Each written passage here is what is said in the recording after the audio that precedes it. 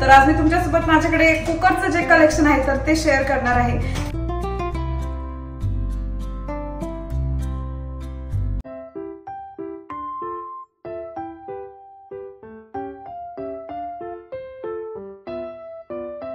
नमस्कार मंडळी आणि गुड मॉर्निंग। कशा आहात तुम्ही सर्वजण? आम्ही इथे एकदम मजेत आहोत आणि आज आहे रविवार। तर आज आम्ही निघालेलो आहोत कॉर्निशला। 9 वाजलेत, जास्त ऊन नाही झाले अजून।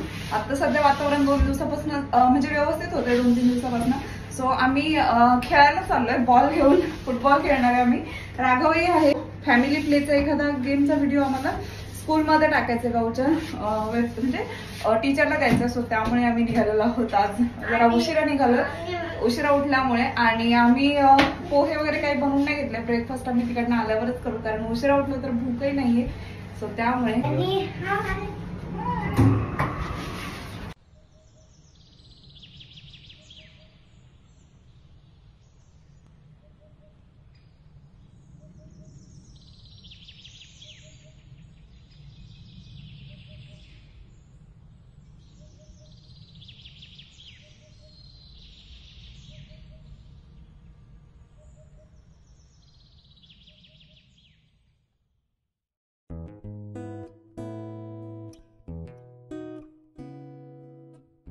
नमस्कार मंडळी। तर आम्ही आता कॉर्निशला खेळत होतो गेम्स वगैरे, तर बॅडमिंटन आणि बॉल वगैरे खेळतो, तर त्याचाच आम्ही व्हिडिओ स्कूलमध्ये देऊ।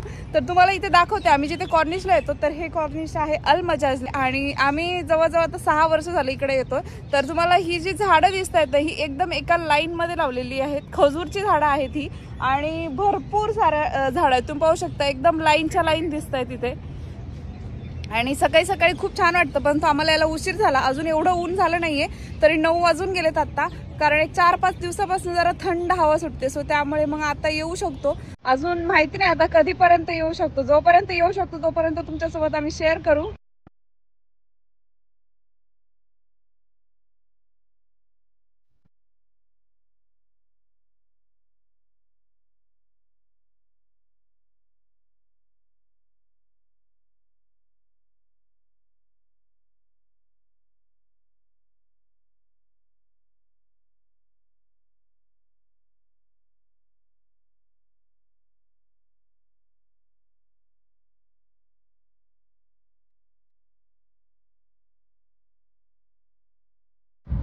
आणि कॉर्निशवरून आल्यावरती भूक लागली होती आणि ब्रेकफास्टचा टायमिंग झाला होता। माझ्याकडे बॉइल्ड पोटॅटो होते, सो मी पटकन सँडविच बनवायला घेतले, आणि माझ्याकडे ब्रेड देखील 4च होते, सो 2 सँडविच माझ्या मिस्टरांना एक आणि गाऊला एक। तर मी ऑमलेट खाणार होते आणि गाऊला आणि माझ्या मिस्टरांना देखील ऑमलेटच देणार होते, सोबत त्याच्यामध्ये खूप सारे व्हेजिटेबल्स टाकून, कारण मला व्हेजिटेबल ऑमलेट आवडतं, सो मी व्हेजिटेबल ऑमलेट आणि आवाकाडो घेते, सोबत चटणी देखील घेतली होती मी आज।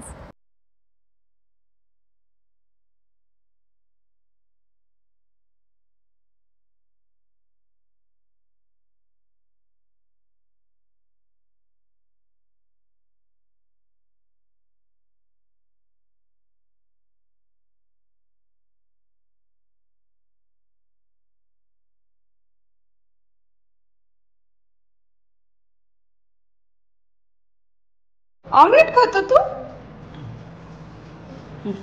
खा, दर तो हे खाईल ना, करंटून खाईल।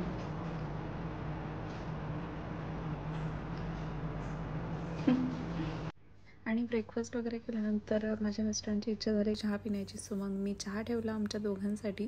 किचन वगैरे पूर्ण क्लीन करून घेतलं होतं मी सोबतच, कारण सकाळी सकाळी किचन क्लीन असेल तर खूप प्रसन्न वाटतं, तसंच दिवसभरही आपण ते क्लीन ठेवलं तर अजून छान वाटतं। त्यानंतर मी मस्त राघवबरोबर टाईम स्पेंड करत होते, गावचाही थोडासा स्टडी घ्यायचा होता स्कूलमधून पाठवलेला, तर तोही साईड बाय साईड चालू होता, आणि इथे राघवसोबत बॉल देखील मी खेळत होते। नमस्कार मंडळी। तर आता दुपार झाली, आता 2-2:30 वाजलेत, तर आता मी स्वयंपाक बनवणार आहे, आणि स्वयंपाकामध्ये आज बनवणार आहे माझ्याकडे जी हरभऱ्याचा पाला आहे, वाळलेला हरभऱ्याचा पाला, तर त्याची भाजी बनवणार आहे, एकदम इन्स्टंट पटकन, कारण उशीर झाला, आता 2:30 वाजलेत, तर भूक लागलेली खूप जास्त, तर नेहमी घाई असेल तर मी बनवत असते। आणि अशा प्रकारे हरभऱ्याच्या पाल्यामध्ये मी बेसन पीठ मिक्स करून घेतलं, हाताने छान चुरून घेतलं, आणि माझ्याकडची जी हरभऱ्याच्या पाल्याची भाजी आहे तर ती आता संपली आहे, एवढीच राहिली होती, मम्मीने दिली होती मला इंडियावरून पाठवून, तर भाजी बनवण्यासाठी मी मिक्सर जारमध्ये कच्चे शेंगदाणे घेतले, 2-3 हिरव्या मिरच्या घेतल्या आणि लसणाची एक पूर्ण कांडी सोलून टाकली आणि सोबतच थोडंसं जिरं टाकलं. हे मिक्सरला छान बारीक वाटून घ्यायचं आहे. त्याच्यामध्ये थोडंसं पाणी घालून वाटायचं आहे, सो जेणेकरून छान टेक्स्चर येतं भाजीला. आणि तेलामध्ये हे जे आपलं मिक्सचर आहे मिक्सर जारमधलं, तर ते घालून छान परतून घ्यायचं आहे. थोडा वेळ परतायचं, जास्त परतायचं नाही, जळेल एवढं. तर ते परतल्यानंतर त्याच्यामध्ये पाणी घालून घ्यायचं आहे आणि आपण हाटून जसं बेसन बनवतो तसंच सेम म्हणजे फॉलो करायची प्रोसेस.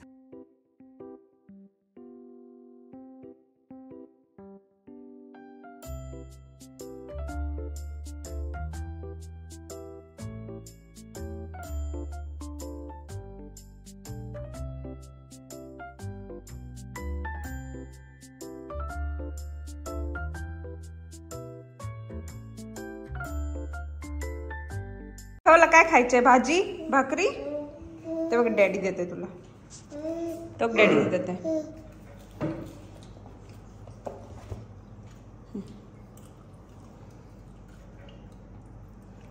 खाते छान छान.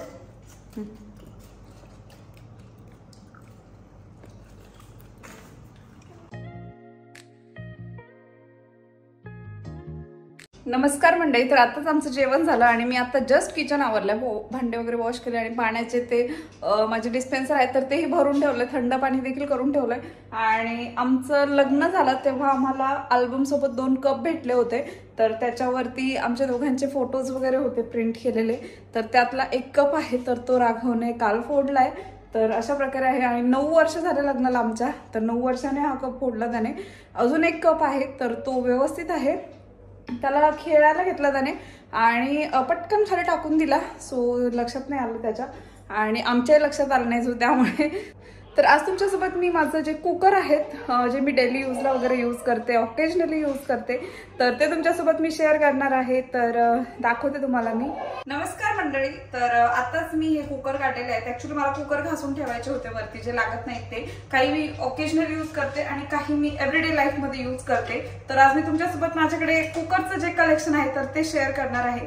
आणि सगळ्यात पहिल्यांदा तर मी हा कुकर सांगते, कारण हा कुकर जो आहे तर हा माझा लग्नातला कुकर आहे, जे आईकडून सामान देतात लग्नामध्ये वस्तूंमध्ये, तर त्यामध्ये आलेला हा कुकर आहे. 5 लिटरचा कुकर आहे हा. तर हा नॉनस्टिक आहे आणि मी भरपूर वर्ष हा यूज केला, नवीन नवीन लग्न झालं तेव्हा. तर त्यानंतर सगळे म्हणायचे की नॉनस्टिक चांगलं नाहीये, सो नॉनस्टिक यूज नाही करायचं, म्हणून मी दुसरा कुकर आणला. तर नॉनस्टिक यूज नाही करायचं. जेव्हा मला लक्षात आलं की आपण नॉनस्टिक यूज करतोय तेव्हा मी स्टीलचे कुकर घेतले.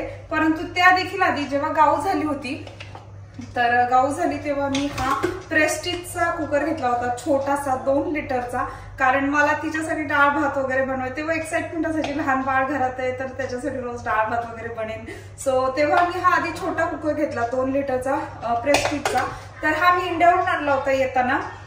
आता हा मी यूज नाही करत, कारण काय आहे की हा कुकर व्यवस्थित चालत नाही, याची विसल वगैरे आहे ती व्यवस्थित नाहीये.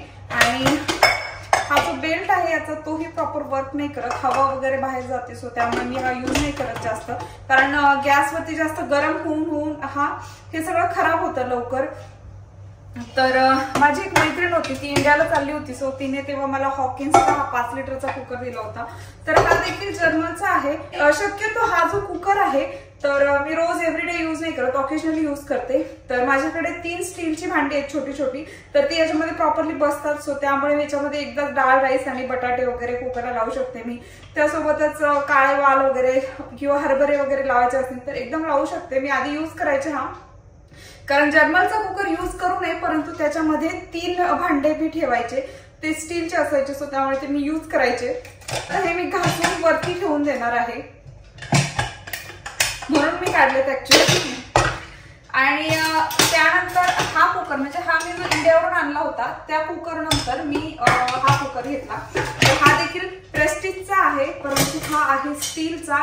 तर हा मी अजूनही यूज करते. तर माझ्याकडे सध्या एव्हरीडे यूज साठी 2 कुकर आहेत स्टीलचे, तर मी हा देखील यूज करते आणि हाही खूप छान आहे.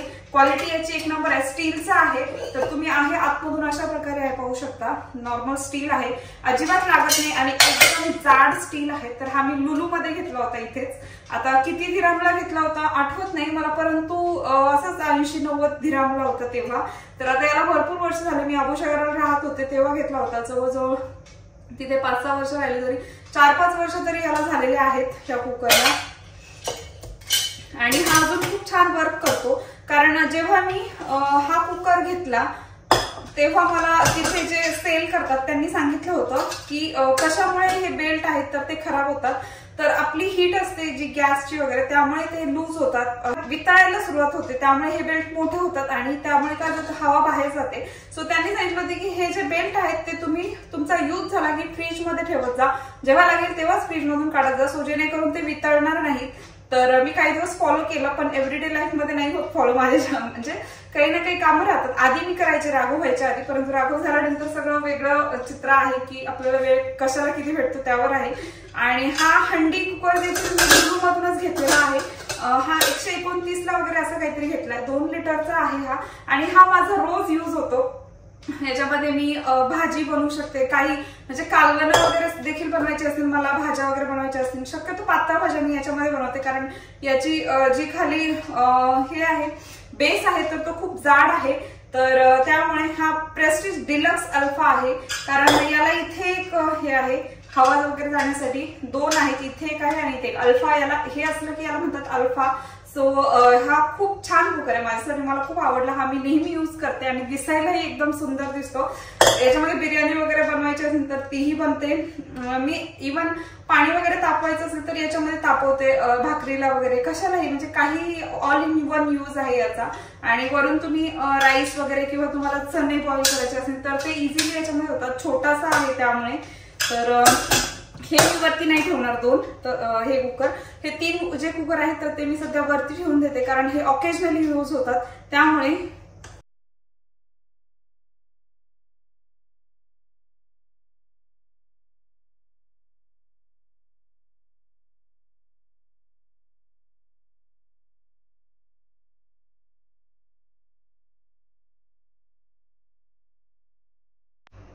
तर अशा प्रकारे हे 3 कुकर मी एका मध्ये ठेवलेत, कारण जास्त यूज होत नाही. जेव्हा लागेल तेव्हा मी वरती काढू शकते. अजूनही बरंच सामान आहे ते मी वरती ठेवून देणार आहे. जे लागत नाही ते, म्हणजे जे जास्त यूज नाही करते, ऑकेजनली यूज करते ते फक्त वरती ठेवणार, बाकीचं खाली ठेवणार, कारण खाली खूप गर्दी झाली आतमध्ये. सो त्यामुळे नमस्कार मंडळी. तर आता वाजलेले आहेत 7 आणि आम्ही थोडा वेळ आराम करत होतो, कारण आता संध्याकाळ झाली, तो दिवसभर सकाळी बाहेर गेलो होतो त्यामुळे. तर मी आता गावसाठी एक मस्त डोसा बनवते आणि दुपारची भाजी आहे. तर माझे मिस्टर बाहेर गेलेत शेविंग वगैरे करायला, सो ते आल्यानंतर त्यांना विचारेन त्यांना काय खायचं. पण तुम्हाला गाऊला झोपवायचं, उद्या स्कूल आहे त्यामुळे. तर चला मी आवरून घेते. आणि गाऊला खायला वगैरे घातलं आणि त्यानंतर मी भाकरी बनवून ठेवत होते. भाजी काय बनवायची याच विचारत होते, परंतु राघवही मध्ये मध्ये येत होता आणि माझे मिस्टर बाहेर गेल्यामुळे त्याला घ्यायला कोणी नव्हतं, सो त्याला पाहून बनवायचं होतं.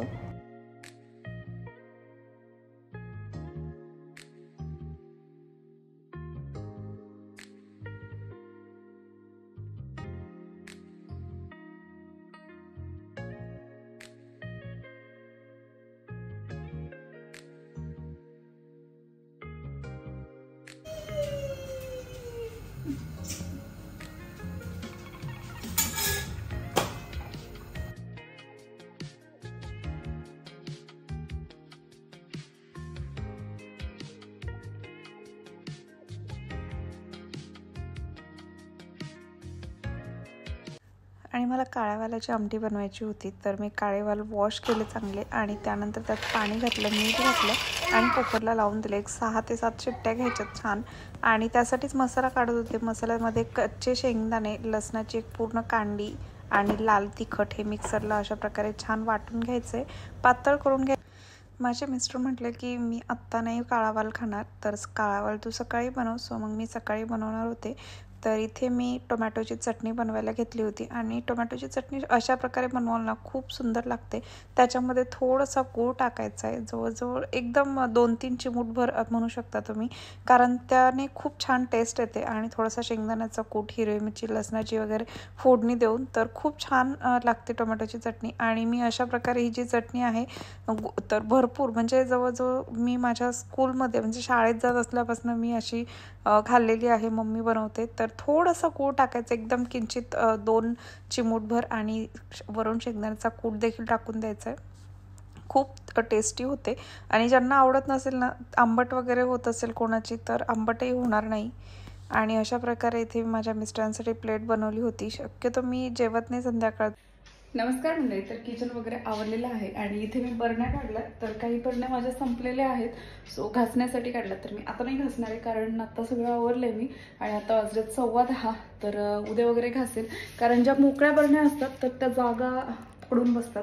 सो त्या काढल्या की बाकीच्या वस्तू वगैरे ठेवायला आणि नवीन वस्तू ज्या आहेत तर त्या पॅक करायला पुन्हा सोडण्यासाठी काही बरण्यांची गरज असते. सो मी आता एवढ्याशा बरण्या काढल्यात. अजूनही निघतील, परंतु त्याला थोडासा वेळ द्यावा लागेल. राघव झोपल्यानंतरच माझी ही कामं चालू होतात. सो आज खूप दिवसांनी बरण्या मी घासेल काढल्या, जवळजवळ महिना झाला असेल, कारण काही काही मोकळ्या होतात, काही नाही होत. सो अशी कामं चालू राहतात. तर चला, आजचा ब्लॉग मी इथे संपवते. तुम्हाला जर आजचा ब्लॉग आवडला असेल तर माझ्या चॅनलला सबस्क्राईब करायला विसरू नका.